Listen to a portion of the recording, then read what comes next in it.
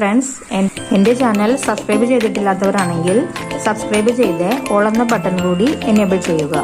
കൂടാതെ ലൈക്ക് ചെയ്യുക, ഷെയർ ചെയ്യുക, കമൻറ്റ് ചെയ്യുക. അപ്പോൾ നമുക്ക് നേരെ വീഡിയോയിലേക്ക് പോവാം. ടൂട്ടി ഫ്രൂട്ടി ഉണ്ടാക്കുന്നതിനായി ഞാനിവിടെ എടുത്തിരിക്കുന്നത് ഒരു കപ്പങ്ങയാണ്. ഇതിനെ പല സ്ഥലങ്ങളിലും പല പേരുകളാണ് പറയുന്നത്. കപ്പങ്ങ, ഓമയ്ക്ക, പപ്പായ എന്നെല്ലാം പറയും. ഇത് നന്നാക്കി കുരുവും തൊലിയെല്ലാം കളഞ്ഞ് നമുക്ക് നന്നാക്കി ക്ലീൻ ചെയ്തെടുക്കാം.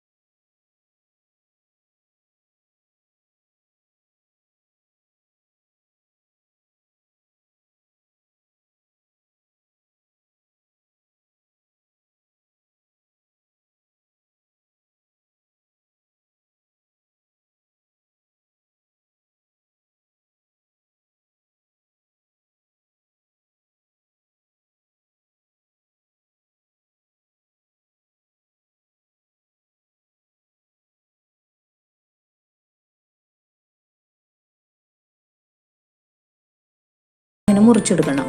ചെറിയൊരു 4 സ്ക്വയർ കഷ്ണങ്ങളായിട്ട് കിട്ടുന്ന വിധത്തിൽ ഇതിന് കട്ട് ചെയ്തെടുക്കണം.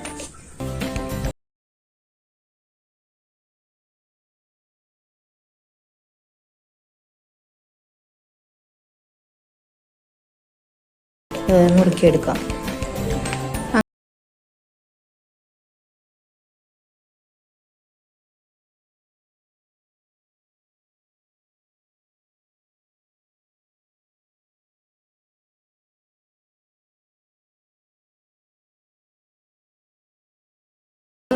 ഈ പപ്പായ ഉണ്ട്, ഇതിന് നമുക്ക് ഇനി അത്രയും തന്നെ വെള്ളവും കൂടി ചേർത്ത് നമുക്ക് വേവിച്ചെടുക്കാം.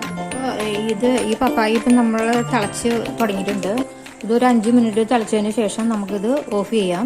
എന്നിട്ട് നമുക്കിത് ഊറ്റിയെടുക്കാം. 2 കപ്പ് പഞ്ചസാരയും 1 കപ്പ് വെള്ളവും ചേർത്ത് ഷുഗർ സിറപ്പ് തയ്യാറാക്കിയതിന് ശേഷം വേവിച്ച് വെച്ചിരിക്കുന്ന ഈ കപ്പങ്ങ ഇതിനകത്തേക്ക് ഇട്ട് കൊടുക്കാം.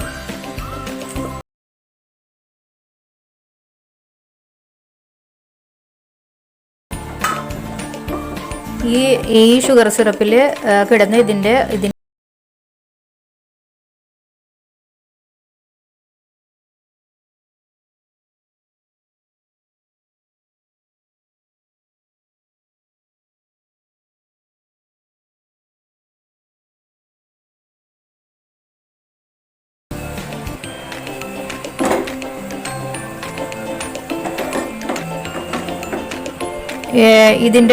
ഈ നെകക്കെ ഷുഗർ സിറപ്പ് ഇങ്ങനെ നികർന്ന് ഇതിങ്ങനെ മൂടി നിൽക്കുന്നത് വരെ ഇതിനെ ഒന്ന് വേവിച്ചെടുക്കുക. അതിനുശേഷം നമുക്ക് ഇറക്കാവുന്നതാണ്. തീ ഓഫ് ചെയ്യാവുന്നതാണ്. ഇത് ആറുന്നത് വരെ വെയിറ്റ് ചെയ്യുക.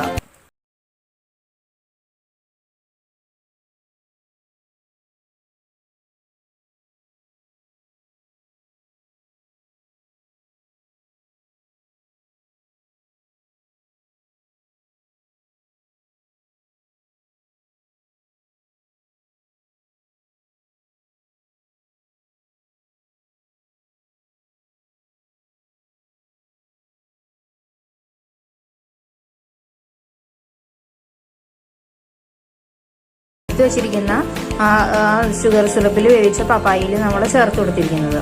ഇനി നമ്മൾ ഇതിനെ 12 മണിക്കൂർ ഇതിനെ റെസ്റ്റ് ചെയ്യിക്കുകയാണ്.